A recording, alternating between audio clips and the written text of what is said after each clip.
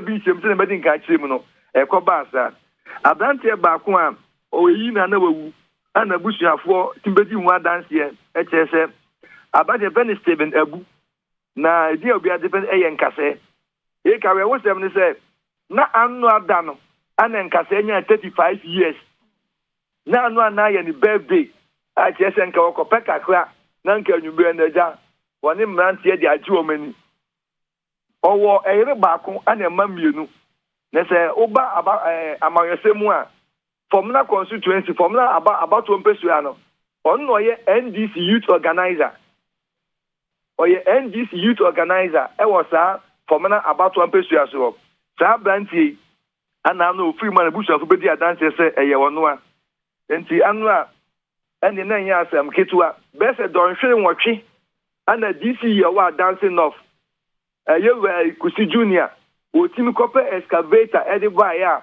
o mutimi tui na mposo mbeti betu na eden ebise eke ne kromofo ntwe won hu bebia enti Asante Regional Police Command e bo modern a o ma mema ba ye ne ya nkase PRO Asante Mantem ya police kasamafo ye we God di animu obo Asante Regional Police Command ana ngugo da Asante o mo rescue team beka ho ana fe nadmo a mo dancing off ansana don hwe nwotwe no ye timi dia yi sa abrante no ando mo bo anan de ne kwoto mortuary bi wo bo aspense OG mortuary am chese enne on batu aso ahwe teso enipa ni bi da so sa amanimu anase de yi enu anu no ndi anu ade awe wo se ma yeke esi wo broni krom e wa danse akokire adanse no de asandement emano no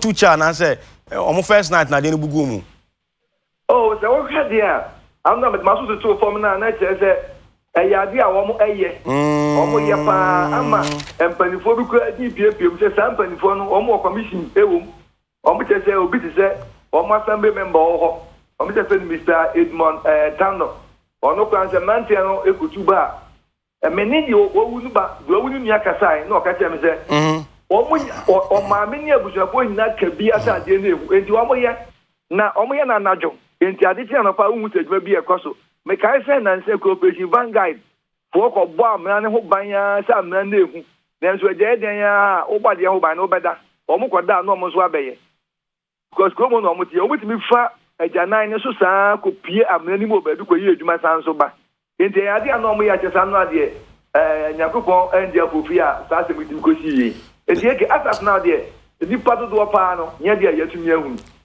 so far fe na motimanyi ba ko ntimu zo mo ye na ananum so far ye yimienu ba ko de na onwi ono anko bebo anu na wono wo dwane no ana second one ye no nso ye yi no wie no nya na wo titi na ja wo dwane ye o se e wo miti wo play de na nso ogidi se police for bato na idiga man no ye police for sa beti no e di police for beti na de ne oboto nwe bi so bewu anu owu ti wo da hospital na wa so ye dwane I see enti so far mo gusu hwe mo mayera ne bia na obi atwa so I'm going to say, you may bring a who back on that as my phone, not Brabant, to Mujay.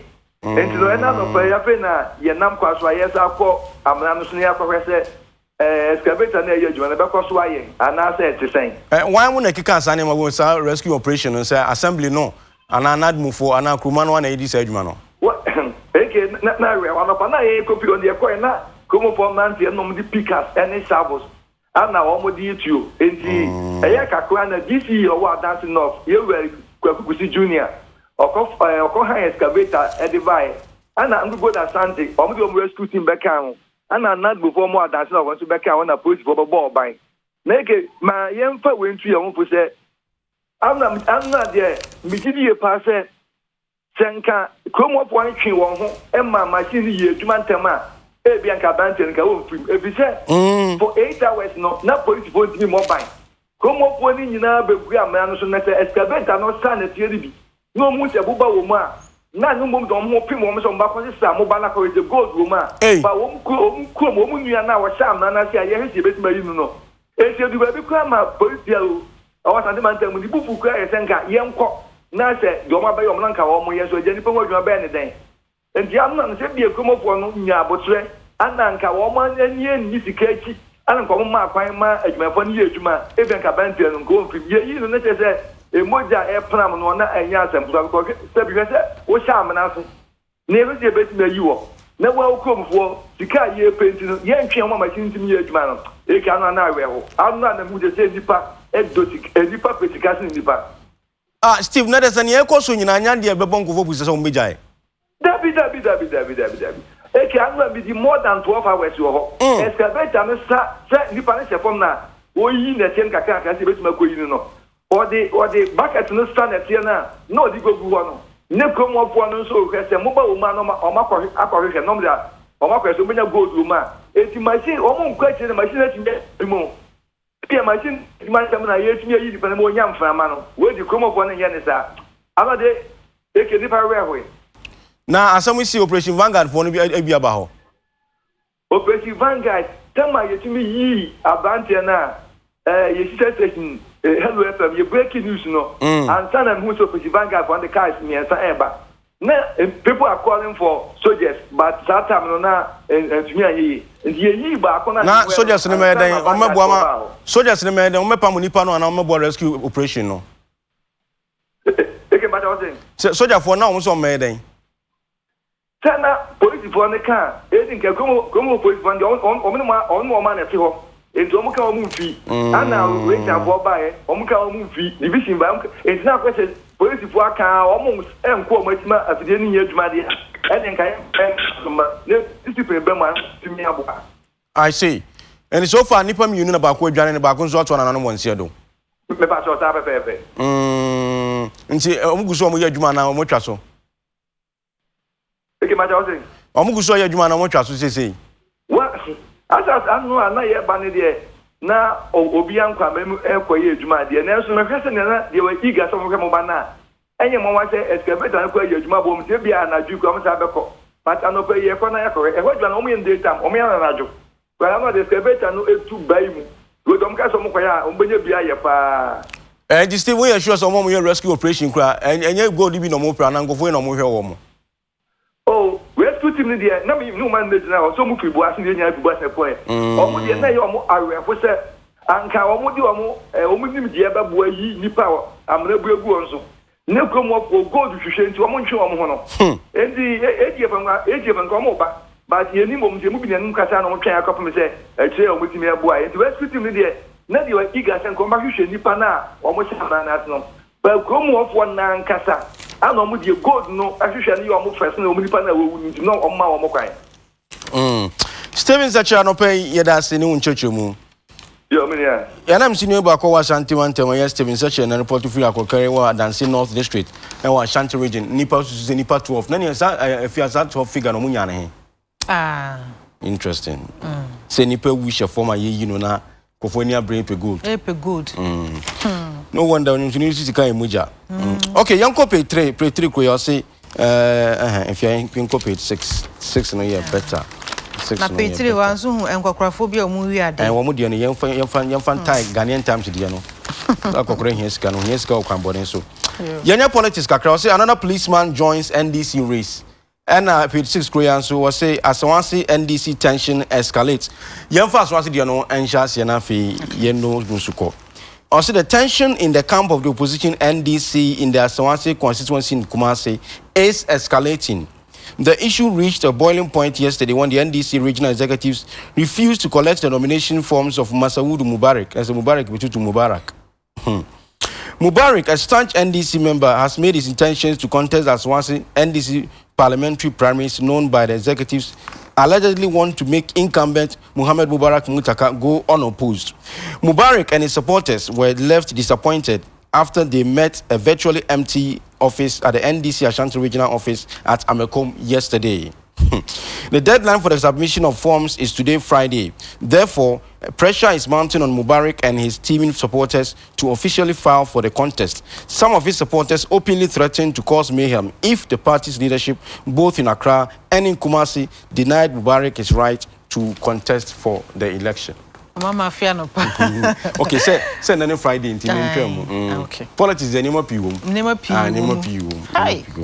I was here for daily guide, Democrats and friends also in Sia and your demo aircraft. No, so we call NDC amanyuko ni fa wo aswanse abato mpesi aso asante mantemwa.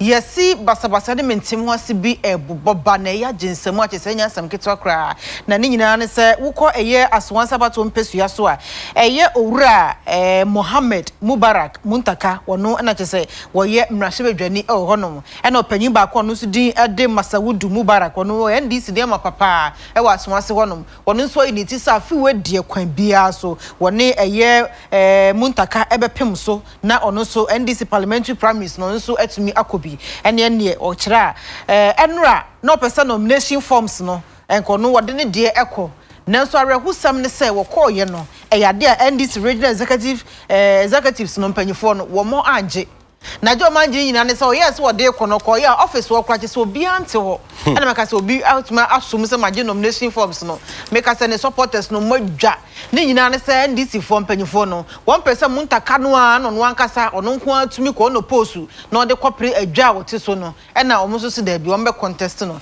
ne sente no a eye Mubarak ko yi woni ne supporters omo ko se omo de omo nomination forms no kwa omo ko ye empty office obi ani honom na woi ana se ne supporters ndi atodwa se NDC mpanyufo wo mpesua no so wo mo ne okumase no ne won kran wo mo anhwe na wo mo anya bibia afa ho na nomination forms no ya anje wo mo ede a ene de besi wo mo so be ko so trouble pa it's answer deadline no na twato ene so wo mo anje na se ampampa mo anko office wan kwotena ho ama nomination forms ya afa anko mo manzo ma na che se Mubarak no oni chance bi mu we no mo dia ba daily guide Democrats and friends also in Sia.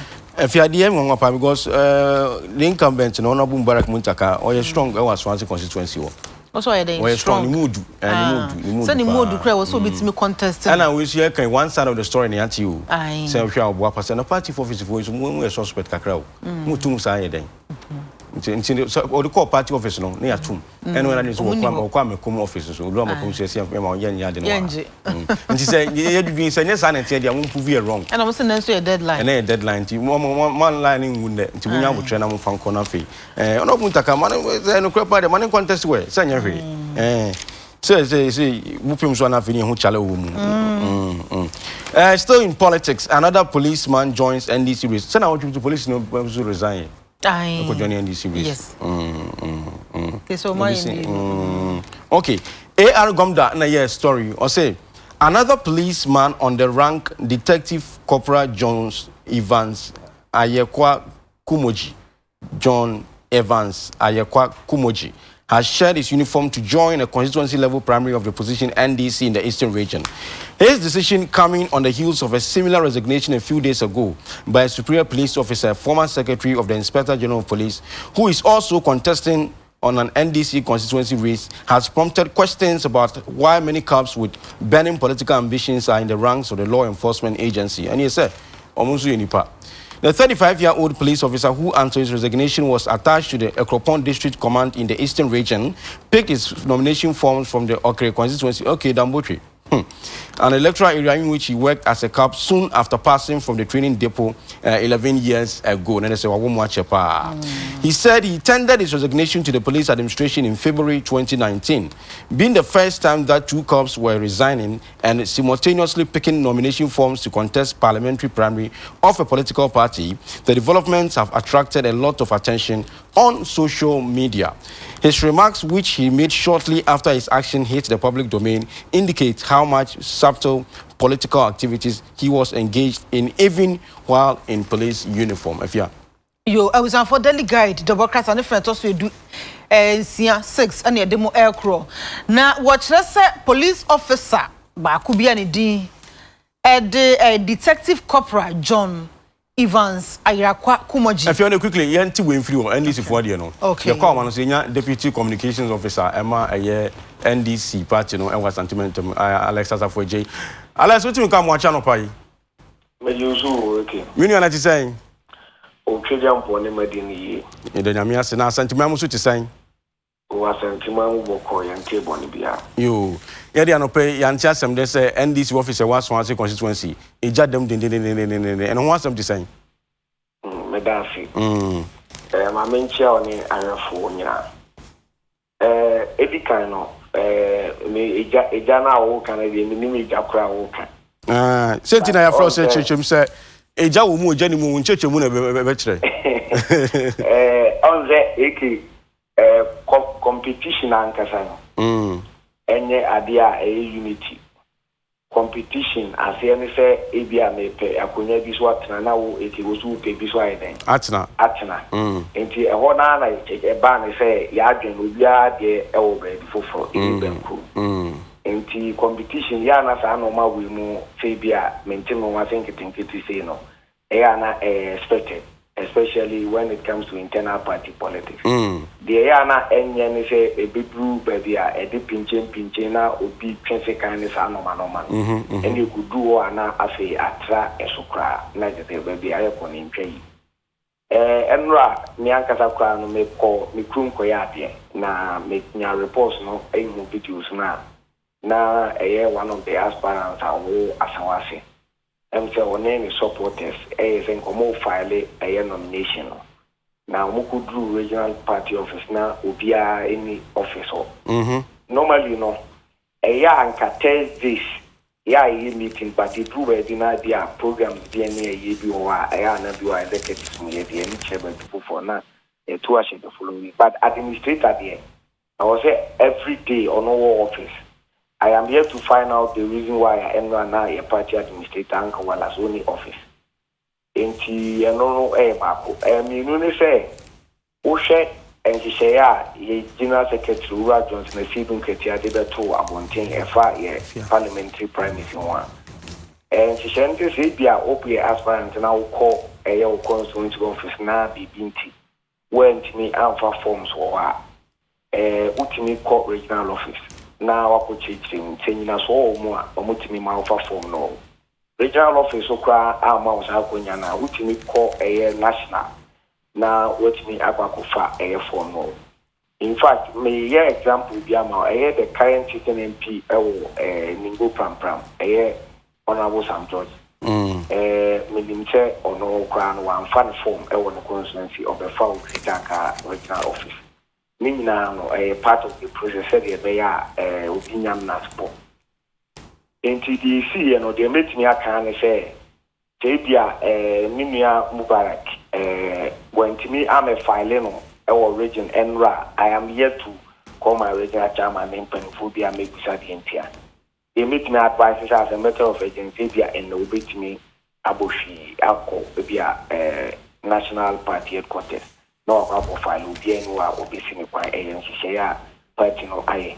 And now say and obey me and let them member office. Obey me up a party office or may shows of the banner secretariat can be now or Baba filing now at the Asuja event. In fact, I'm told chair the council of elders name penning for region. In fact, many people more Kasa. Mr. Frank was saying someone and I know in a diploma. Or more and I know about my woman say as a matter of agency no. Ye baba the emergency meeting now, ya free afternoon any party executives now, or more as I was saying in regional executives maybe na ya sinkunyana, ya how best that issues we na ye beating a resolve na mo bia akoma atoni emnete asugi ediaba eya santimantemo. Let's ask about Sunny city no sana unso che no. I actually invite Nyasa Mexico to get me videos in here. So far, main common performing on Macassa, I'm a man in TSA or mobile emergency meeting now. Ya turns out for regional executives constituency for the war as one. Now, a aspirant in I don't match now. Yes, in Kunyana, I share SEC assembling in Ama at the Abutoya Moa. Well, what you can say, young Dream Russell say yes, it will be co-president in the form, and I'll go pick a form one. And you say, maybe I'm trying to get in, say, uncle, the constituency, or which man could different constituency in the name of the same political party. Now, could you form one? I say, no. Say, young man, say me as a 14 can be the same good in our Lucuma Santiman. na area BPNT mantimi ankofa form no e wo me constituency office wa bibia nsi me kwan se me ba regional party office na ma ba be for nti se emse aspirant na akwasa kran nti ya me nya ne se ne form no obefa original office anyone fan go way and I say for one or two reasons kran so nti wonti me fam ba regional officer obeti me dia national headquarters e won na the fan appointed or there 10 and everybody there obeti me akwa file nomination let's avoid no pay you better sin uncheche unti kono kwa nhwemu na fe nyamboa na kina yihia e be fro na fe e wodi nsi bia nso atodwa abusuafo anim Alex Asafoje deputy communication officer Emma opposition NDC was antimantem wo chiremu so for say ye ka no ye no kre ne mo afi no kodom suko na fe de wumbia no wode abana yenso ye de abusuafo anim ye ka politics de yen copy 6 of the publisher the new publisher ba kunim a policy for the and you let's say you say you will publish an I was for daily guide the Democrats and if I toss you in Sia and demo aircraw prosini bi ba kon detective corporal John Evans ayakwa kumoji ayadia say no wa resign wa run atad na gu honom okogina ndi samanyoko na namu apumantam honom ba bi na for the akopere ma shebe dwade brani bi na wa kyerese encha yenso na police panyin ba kon ono nso kaneni mpo no secretary church former inspector general of police o my process ahene wono nso run atade sa NDC abato mpesua no subi no nso kwakogina na ode akopere eyam na shebe dwane bi na ba ku ya sese na ye fresh okra detective corporal John Evans ayakwa kumoji ono so agya no wanya mfie aduasa nim 35 years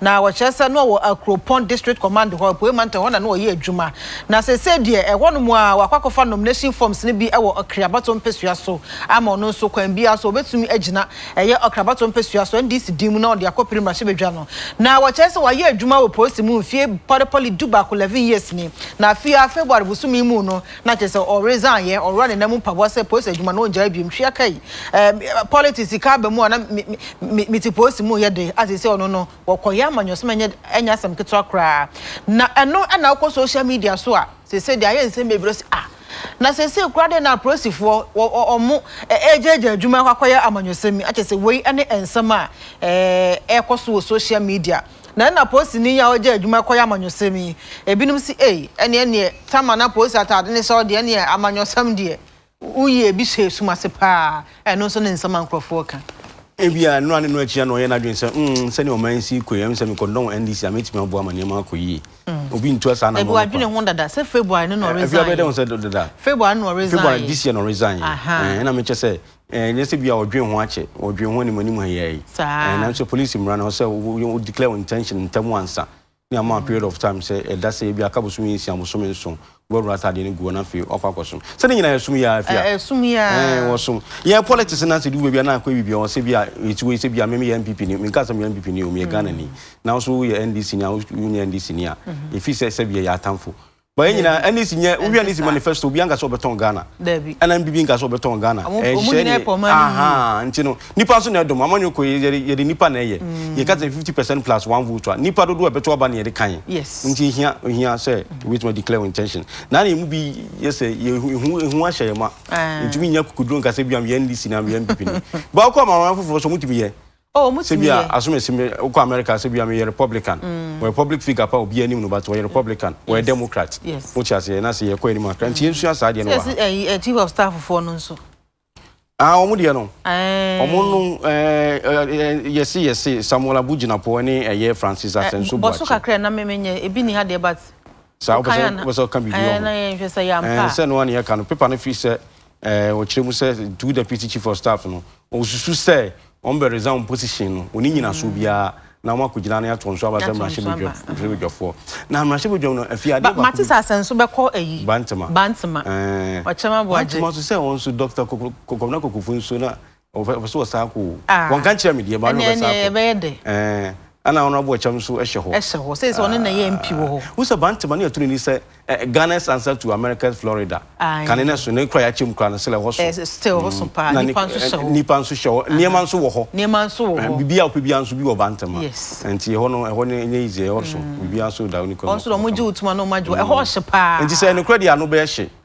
na no me MPB edin ko no chim say won say kwame your parliament ye di akoni aba ye ko ECOWAS parliament ni ade ye tena plenary mu ni committees ahodo unya kwa nko constituency na ne ye party mo no msoma won kwa kodin sa so na ba hwe na okobra na bi so nya kwabna ntwo bosi akọ obi so e parliamentary ambition ene ye ni woko utu badin ubo wakra no aba say mini so na wo twetwa aba so ye kwa na fia se kakra bi di ntini nti wono hwe constituency fo ne sen wo a ko mra hye bedwam no nti wo ba fi na se die na ne bae wo ba na obi adidi wachi nti mu gina pe betu na we mkwada se ba bi o mo so na ye deputy chief of staff there wo sa ko on beso Ghana deputy chief of staff 4 years utamu aso wacha 8 years obeko members of parliament Ghana hakra no obi come hye bedwam e turu din se Mandela ene Mugabe wan ukokro for so bitimi to parliament chepa 20 years 30 years ni ade ba no say ena ma abasuma na ba me so nko bi mu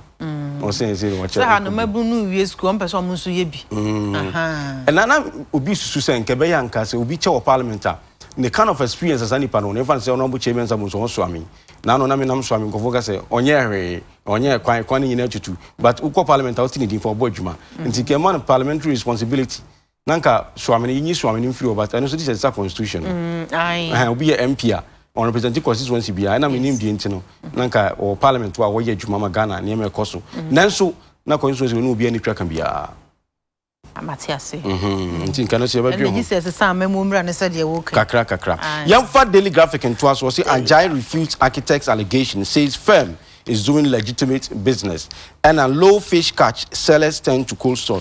And sell fish no omo strike, omo so your family planning.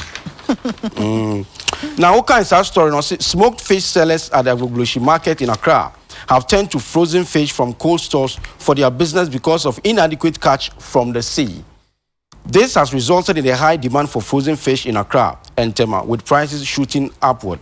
The government imposed a closed season on artisanal fishing from May 15th to June 15th, 2019, to allow for the regeneration of the dwindling fishing stock in the sea. And when the Daily Graphic got in touch with the fishmongers last Wednesday, it learned that species such as salmon and tuna were purchased from cold stores for smoking because what they sourced from the beaches were inadequate. In an interaction with some smoked fish sellers, they said they were experiencing low patronage because buyers found the prices exorbitantly high. And said, "Nibono, I was so far." Yo, I was for Daily Graphic, the Bocata, no, and no, and as I say, Yafana Catafe, Tosumi and Sa, I was shall say a free carton and in front page one no, and not your demo air crow, not Sagana for Bekaya, a fear mu. And woman a buying any as we are showing so munam and some sort of two just say a drew a year may busumini mua not to say uko a year a pumua and namno baby after professional and see a chichi almost anua yana and what it is adia yenya or no mongo nakitin kitting now so enya coin enini ne basana so mu bie tum sa say afare fo betuma kopodia ene ataju fo wa ene ombenya nampa wo mo nyanyim nyina wo mo no mususu akitin kitting na ya ka so ombenya nampa na so yentie we yen Daily Graphic and some trofo wo mo ayehwehwemu kakra ne no ena woni a ton enam titu de atoto no adwene no e wa Agbogbloshi market wo won kan ha sei no wo mo chese se de enam eni ho papa enam eni ho papa ne sense no wo mo kokko store ena mo koto enam no ni bi ena mo akwakototo bi e de aton ama omanfo enam so ama enam mo no wo kwatema ena afen so eye enkra ha sei a ne bo no kosoro pa fish no e bo no e kosoro na no ena se wonom e de atodwa se wo abra ensam trofo che so mo ko beach no na che se nam kra egu ho ne se be so nhyem kran e hyeda e no so papa ne nyina ka obi nti na se de eye adwadifo no wo mo kokko store bibi ti se tuna ene salmon sei wo mo kokko store ho no ma na o makoto na omo de ko na fo makwa toton na no so wo mo eton sa na se bia omo to wepo honom na fo omo atoto no de omo che se no so e na se bia so sheda krampo so enso so na che se ode ho nsam aba se de won eton nam no che se enam no cost na se de omo koto no fish ne salmon no tuna ne ade no omo koto honom ama se ebo no e kosoro pa e ba sanso a omanfo ento papa enko so say na no say na fish yan available some bachi won na mo so ni tabuna to so nti say almost for 100 omo strike e be so your family planning if you go page 16 no say Adekye refused architects allegation says firm is doing legitimate business in Ghana. Now, what kind of story now? Also, the involvement of the renowned international architectural firm David Adekye and Associates in the design and construction of some landmark projects in the country is raising some concerns within the architectural industry. While a Ghanaian architectural firm, Design Associate Development Consortium, is protesting the alleged award of a number of national projects to David Adekye and Associates, the latter has refuted the allegations, saying it is doing legitimate business in the country and has not infringed on any laws, according to the David Adekye and Associates.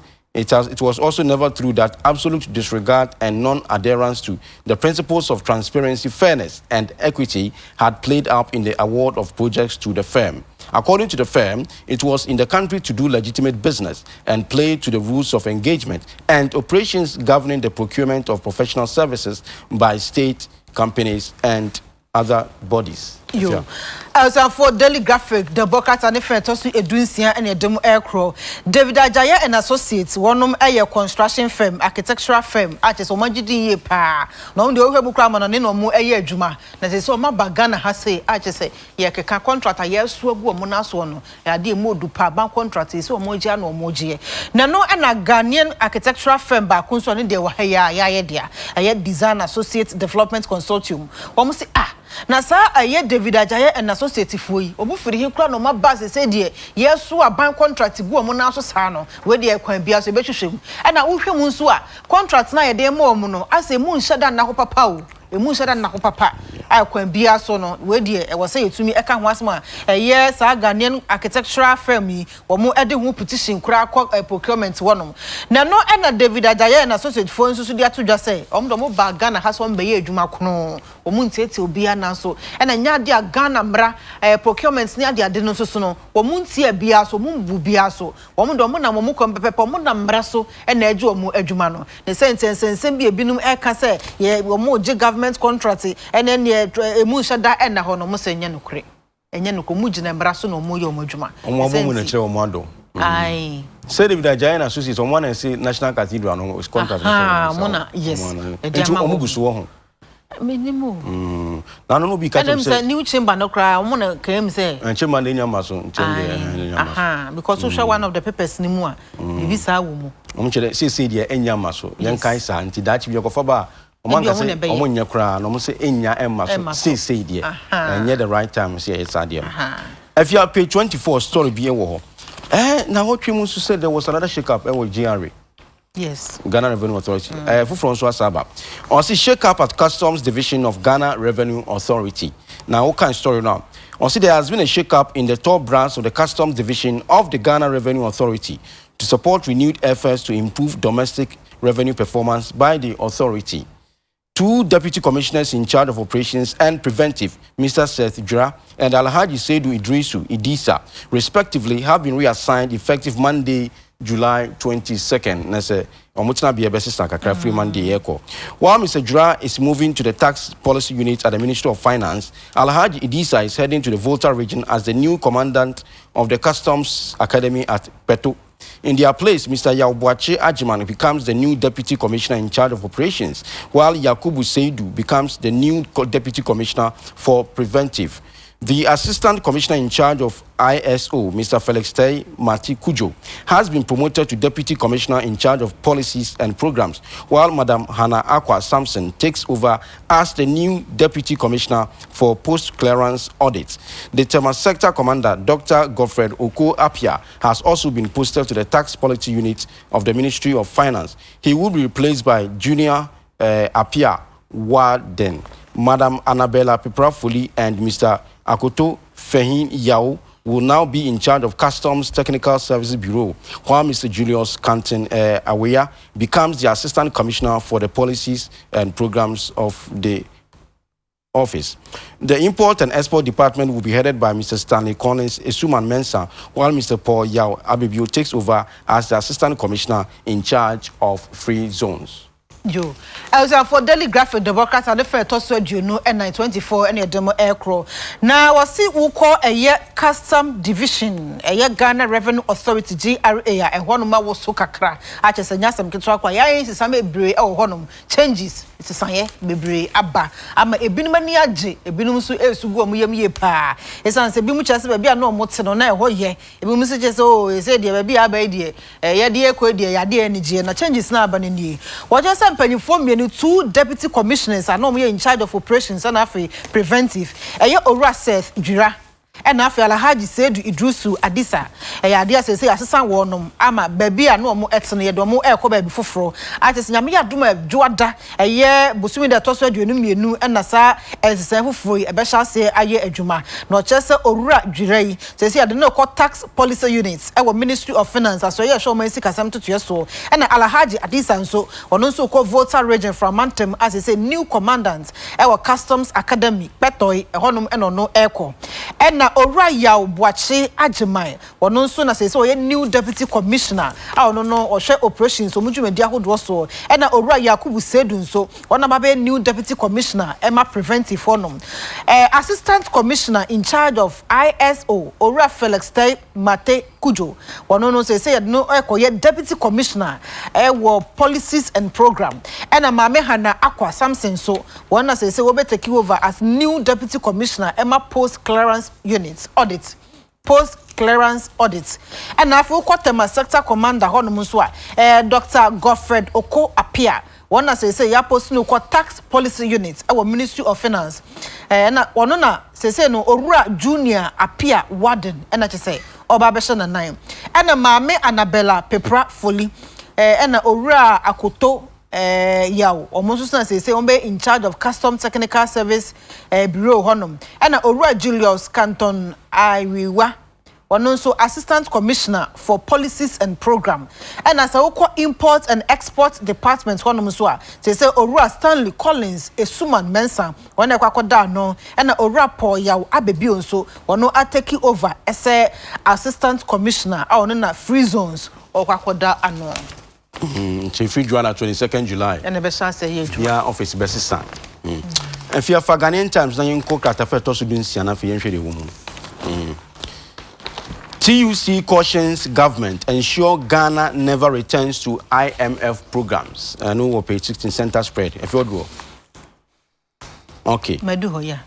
Okay. Also, the Trade Union Congress TUC has cautioned the government to never to return to the International Monetary Fund program. It has therefore urged the government to use the media review to announce measures that concretely put the country on a more sustainable to consolidate the apparent success in macroeconomic management. The TUC also asked the government to introduce policies that would effectively translate the gains in macroeconomic management into real and visible improvements in the living conditions of Ghanaians.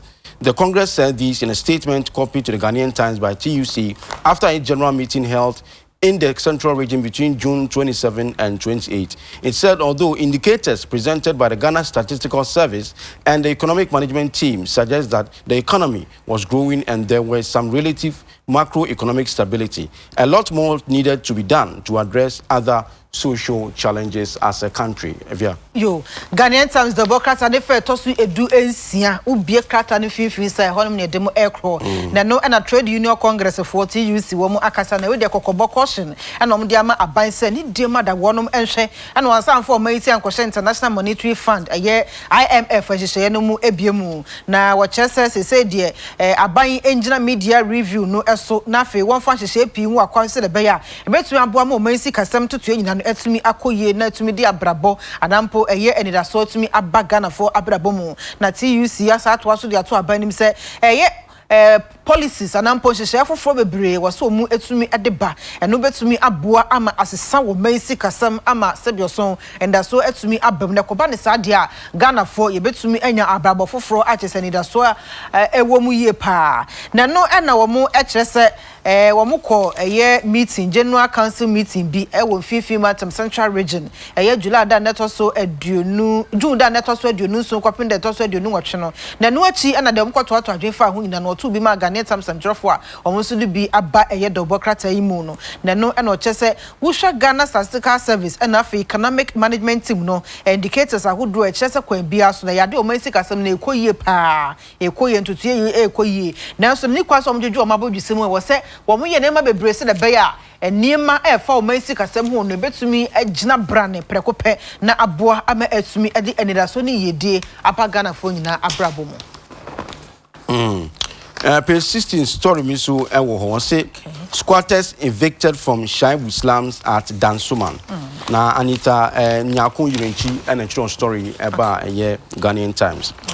Hundreds of illegal squatters were yesterday evicted from the slums at Shaibu near Dansoman in Accra by the Ablekuma West Municipal Assembly in an ongoing demolition exercise.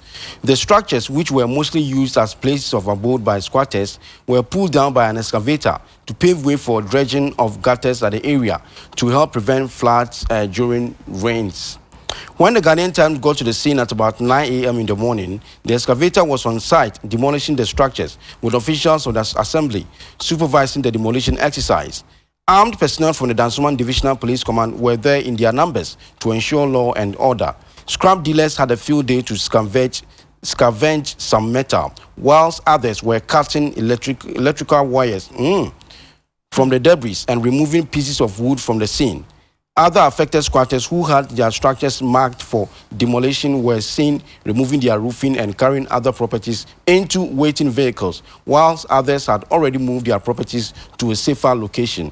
There was a heated argument among some of the squatters who claimed they had paid rent to their landowners, were demanding for their monies as their structures were being pulled down yesterday. Yo, I was for Ghanaian Times the Bokrata no nifa tonso edunsia ni dunso okro no ano ene demo aircrow na wo kyerese ukọ Dansoman no eye bro no ba ko ewo enkrankropom ha sei na ho na no mo fra ba bi Shaibu no so wo hono mu a no wa Ablekuma West Kropon Assembly no emu na wo kyerese wo mo ewo ba bi wo Shaibu hono mu a kyerese squatters sabioson wo mo nheda ni ba bi ti papa no makobo mo ho ano wo hono mu a enye asam keto na wei na assembly no wo mo di mfidie machine excavator CB akosi wono mu adwiri hono magu a kyerese enye asam keto akora adwiri nkrofo dan agu ama kyerese akwakoya rehosem na wo kyerese adwuma wo mo ye no dwuma makwa dwiri ho na gu no eno bebo kwan ato honom ama gata hodo emu osisi na ensuo to a ensuo nya kwan emfam nko ne bunkan fo manfo so me kofa to renchem ene oyene ba no wo mu anya kwan atete sa gata ne nyina mu na bra Ghanaian Times samtrofo edru ho no pa bese no nkron no na chese excavator no yas pake achese eye adwuma ebubu enkrofo wo mo structures wo mo container no wo mo kiosk hodo egu na assembly mu panyifo so wo mu gira ho na chese wo mu supervise wo mu ehwe ama adwuma akoso kama pa achese we ni de course make us scrap dealers wo mo toto na de ne ade no wo so aye ward pa na chese yes na de ahodo ewo mu ebinum so ani abre na chese electrical wires no wo mu hwehwa ne say bam a we ene de akoso ewo Dansoman Shaibu honom no chese woni a yabubu wonom ada no na chese dodo no a akwakoye achinie kase wo mu ni assembly ni ntama enya asem ketwa ena wo so a yenya mubu ye na so ya mark ho se da we ba be bubu honom no wo so ani abre no makosisa eye car sa ba besi wo ena o maja pade kakra ewo mu omu properties no wo omu twi ekogu kan mu kro ene wo mu roof ni ade nyina no wo mu esesa ade efu no se de beya assembly no MSS no atese wei ene de akoso wo Dansoman eye Shaibu honom Dansoman Shaibu nsi obidi o dai 23 of Ghanaian Times edition page 23 actually story be wo ho very interesting. Mr. Professor J. Emil Samen fan the currency or you be an nkofo energy no pa on sato na say ayare ho samagana fonti yegusu ase nipa ba wiase na obo brapa wo free mukura no a na odi gusu etiase sanete. Also, former Minister of Education Professor Nana Jane Opoku-Agyeman has called for a long-term educational development plan that focuses on peculiar situations to resolve challenges in the sector. She said the long-term plan, which will be aimed at reforming education in the country, should be hinged on research into an evaluation of previous reforms and how it was implemented. The former minister was speaking at the 7th John Evans Atamil's commemorative lecture held in Accra yesterday. Organized by the Ghana Institute of Management and Public Administration, GEMPA, in collaboration with the University of Cape Coast and the government, it had the theme Inclusive Education for Sustainable Development. Without research into past reforms, Professor Opoku-Agyeman explained that any attempt to improve the sector would be wasteful, unproductive, unresponsive, and downright destructive. He said we need to find out how we can run the system in the past and what has created the problems we now seek to rectify. This needs to take a lifetime to be done. Also, a long-term plan, she said, required that the country admit that the models it had been using all this while, which had been patched up, revised and reviewed, fine-tuned and reshaped, have hardly served its purpose. For Ghanaian Times, the Democrats and different also Edunu Miensa 23 and ya demo aircraw na kane swafo no hwe enwumasua ensem so eye Professor Nana Jane Opoku-Agyeman wono eneka say wode atodwase e wo se yetumi eboa ye pade hye papa egu akwanse le be ye betumi agina so aboa ama oman adesua humpuntuo no etumi akoso eye pa wo se san hyehye no se yetumi ade ye adwuma na afa yetumi ye sesen kakra na enu betumi aboa mo ha oni abiridi a wo man adesua anampo yehia e wo adesua emu no ni nyina no etumi afi honom ena o se sa hyehye eyade a be ye tententen pa long term plan yi bi no ka ho asem enu betumi aboa asesa enhumasua mu ama Ghana adesua ho sensem etumi akoyie na o chese wo se yetumi ye hwehwe mo research ankasa nso e de fa ya adesua mu na afa so kane hyehye a empanyifo di gu akwanso fa adesua ho no nso wo se yetumi ye research wo mu na afa die be firi mu aba no yetumi ade ye adwuma ene ne betumi aboa ama wo haw ne abenedie ene ma emmoa ema wo man adesua etumi enkoso ye no wo matumi agina sa hyehye fofo no so ne research no so na afa wo matumi asiesie no na aboa ma Ghana adesua etumi agina brane akoyie pa na aboa ama Ghana adesua fo nso wo mu wie sukuu so ese be etumi enya wo mo so emfa so no ma mebo man enkyekere ene wo man enkanko na maami Jane Nana Opoku wo kasa wo John Evans Atamis kan imampanyi a wonya ne baby kono ne lecture toso enso ase won kan ha say enra na sansem we ebeto odwa na sa lecture wo chese Ghana Institute of Management and Public Administration GEMPA wonom any University of Cape Coast for and a kambo mu na afia ban wo mo share ne kama pa wo say inclusive education for sustainable development and only asemti a wonom edito so a chese no wo de atodwa say person Ghana de suatumi koye pa dia ene agisi e hyeda eye research nhwemu mu do e de fa eye hyehye bi atwam ye past reforms ho na edi ye adwuma na ne betumi aboa ama eye wo how challenges a ye face e wo Ghana de suamu no yetumi edi ayi afri ho no enfie fa Ghanaian Times da na fa wo mo ho aka adwam so ho asem wo ho and on page 3 on see fakeness jailed 22 months for impersonation and forgery. The Medina District Magistrate Court 1A has sentenced a 33-year-old man for 22 months imprisonment for forging documents to enable him undergo a national service as a nurse at the Gosu Municipal Hospital.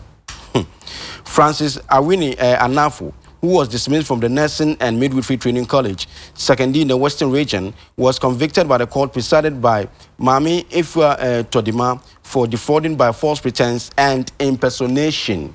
A statement issued by Felix Nyante, Registrar Nursing and Midwifery Council, Ghana, said Anafu was arrested by the airport police in Accra on March 15, 2019, with assistance from the Intelligence and Disciplinary Department at the Nursing and Midwifery Council after investigations into his nursing qualifications. It said the medical superintendent of the municipal hospital in Gosu in February this year informed the council that Mr. Anafu, who was using the name Simon Yao Woli, was underperforming and should be investigated. The statement said Anafu was invited by the council to present his certificate of registration, result slip, and the National Service logbook. The council, upon screening the documents, detected that convict fraudulently used the name of Simon Yaufwoli, who is a qualified nurse, to obtain an extract of occurrence from the ministry's police station with the excuse that his certificate results slip and logbook were missing. Anafu fraudulently acquired a duplicate copy of Mr. Woli's registered general nursing certificate and presented it to the National Service Secretariat to register for 2018 National Service, and he was posted to the Gosu Municipal Hospital in September 2018. Nafu abasem. Seriously. Na ko share no wo pania. Oh, we proud kwa. So shall I say we call nursing training but we review. Yo, I was here for Ghanaian Times, the Democrats and different also me and sign and your demo aircraft. Na a year Medina District Magistrate Court 1A no. Aha. What you say? One a sentence a branch be a one you fear a driasa me and sa ni di. One more a sentence no say uncle a fiase. Abosumi mako aduonu me 22 months. I just send some kutwa kra na so bo. Ah wonu film no. What say? O come be film no. Ai, film.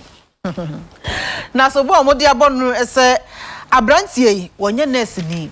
Nenso otumi akeka nkrata bia si animu yie pa. Ama se wadane nurse ni prekope. Ama Gosu Municipal Hospital eno no mo eye adwuma. Abrantie yi edi ene Francis Awini Anafo.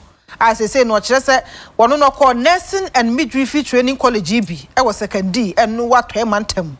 Nanso ye yinedi ye dismisse no. I just wonya kwan enwie. Nanso we are nurse dwuma e wonimu ne kondo peso ye. Ne sense no, wakofa obi din, obi atese no no ye qualified nurse. Ni din ene ne krata bia bomu ene wakosa ye onoa. And or dear Juma, I will go to Municipal Hospital Honum. Now, my bono cost which remua. Well, yeah, more hospital honomono, or chest none modern bono, and swenny cra, modern bono and swenny. The sense in penny from why I sabi honomono, and call report say, yes, sir. Abrantie 1 year and a year, Juma. Nelson the modern bono and swenny. Cause one more pania quite not in am chain. Woman the time be cry no jina why I was saying qualified nurse no timi no jina ho enti ene munye hwehwe mu ai ampampa na che say mpanyufo midwifery council no nursing and midwifery council no ebo modern so be hwehwe mu na hwehwe mu no ene dead say wonye nurse ni papa nurse ni ni de che say wo montete no ko obi nurse wanwie yi na di ekwan mu aha ene owie no wakwakofa obi a wo ye nurse ni wo ye qualified nurse okuta ne din no no ka document nkrata bia bomu e no de adwuma se hwehwemu akoso ama ba betodwa se abrantie no se onye nurse ni papa obi din so no de adwuma e na nkrata nso akeka bom ama wakogina eye Medina District Magistrate Court 1A wadifo wako afiase abosume aduonu me 22 months awei ni hunsam abetodwa e Ghanaian Times the bokata ne fa etoso miensa na fedu chuwa so nya botre mu ma yeti ase nti anaba akodam for 22 months na ni ze adeba ko ya nsa anaba obi pane aha mama obi edu odi insurance obi so yes and so 170 ehun so 170 yanko page 3 of Ghanaian Times na first story we so bi hu aka biam sa on see GIS rescues woman forced to travel to Lebanon. Now, what kind of story now? Also, the immigration of the the officials of the Ghana Immigration Service at the Kotoka International Airport have rescued a 26-year-old woman who was forced by her family to travel to Lebanon. The woman, whose name is withheld, hails from the Adekye Nsroma in the Jomoro district of the Western region.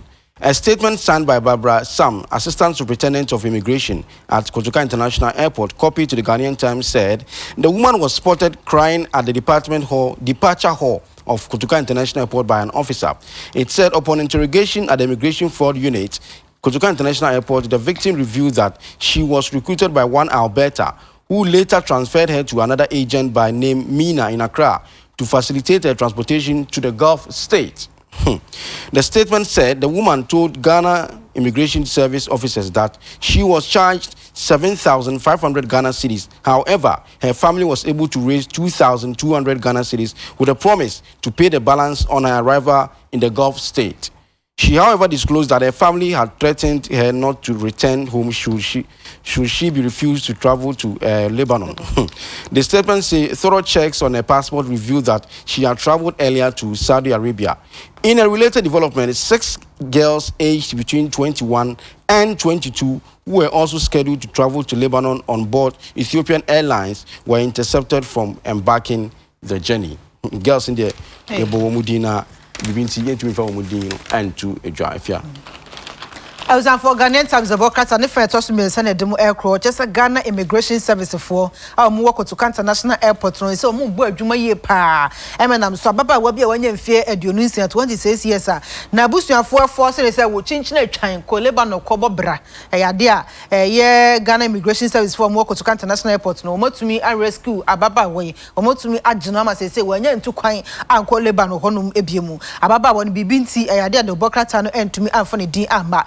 No just so free egbazo no no enzima e wojomoro mensini mu atoyemantemu na ensema Barbara Sam assistant superintendent of immigration e Kotoka International Airport what to be their man Ghanaian Times amchirofo no wo kire se eye Ghana immigration service in Penyufo mu Kotoka International Airport wo mu hu se ababa awai a bibi nti empese di din betu dwa no wo bobna wo sumpa e wo airport wonom a che se nya asem ketua departure hall honom wo sumpa a na che se emu odene na no na Penyufo bi bo pia no se ba me na adan eni suin eno so ma bi e friend na better na odi kan fa me se ja enka yenko eye Gulf state wo wo Lebanon na fe me nkoye adwuma na ekirei wasade mama another agent bi onu so di ede mina so no on fa me nko na me hwe animu a me se me nko na so mabusuafo se nchinchina atwan ahade o mam mobra me nko Lebanon won ko bobra me so me cramp honom na chese adano misu ya me regional departure ho hanma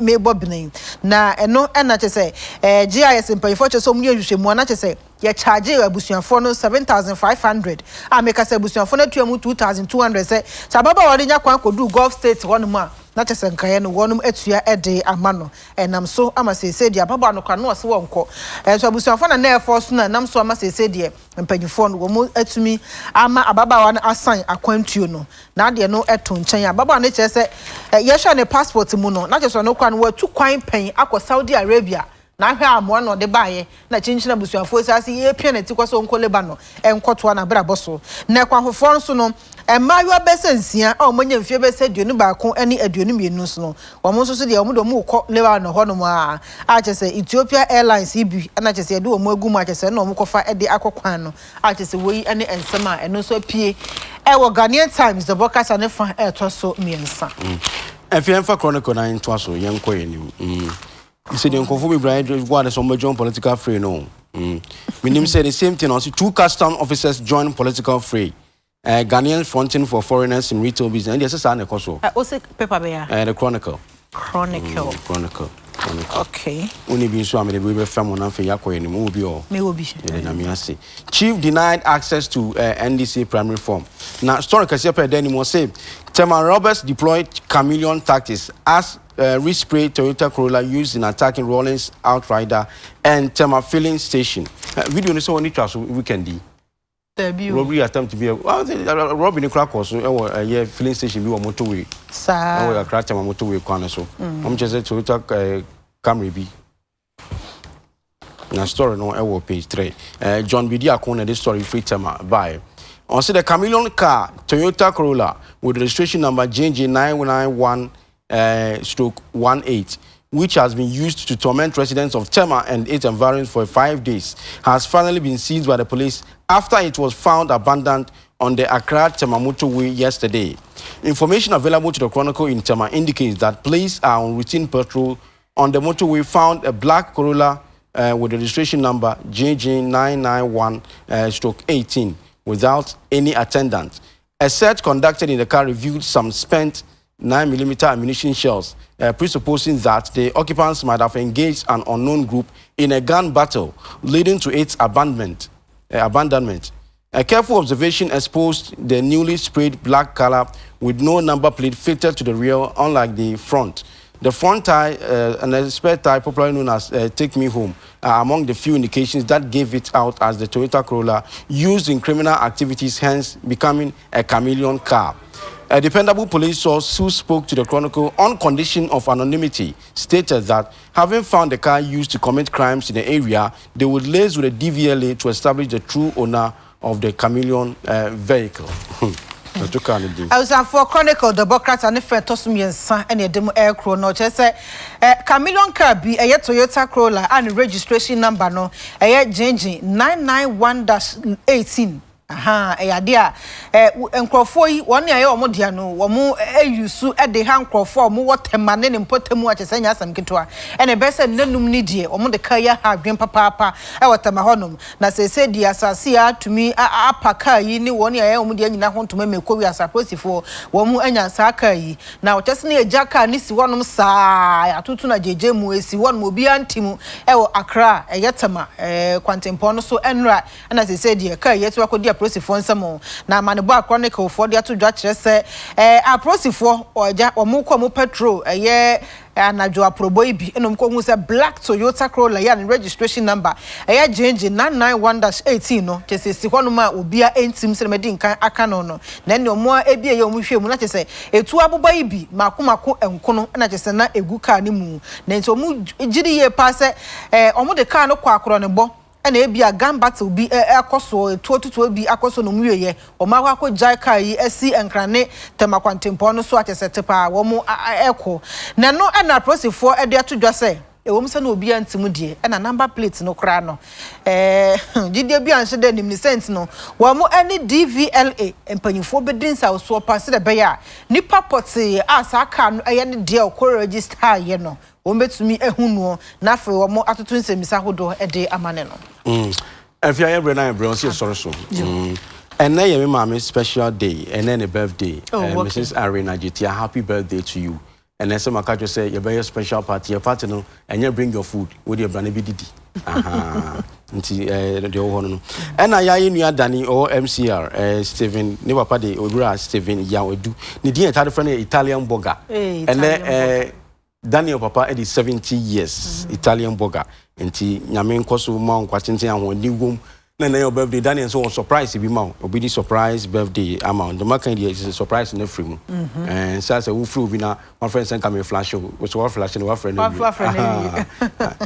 from the Du family that is Stephen Yao Edu aka Burger Italian burger you are 70 years old today. Happy birthday to you. Wish you long life. Yenso UTV obana yene na yedwuma hanti automatically yenso ye woma yenso wish you happy birthday that Italian burger Italiano na one is so pronto na se ye ko enima no entifia ehana yidi besi watade ne uti no me fe nti obedi ho adanse kakra che nyame ne munyam na fe yakọ you sada wa kan body ni de me dia na mom ne me guso no matadi Grosser Ventures body ni kura nhye da nyo de asa sao se nyame de mao enso obi dia so anu ya san fufura asem san fufura asem as for matadi Grosser Ventures one mo Bombe Junction Fadama enkene ya omo pam ne mapa omo ene pam ye edomase ena metin so Living God Saloon wo Tabora Alaji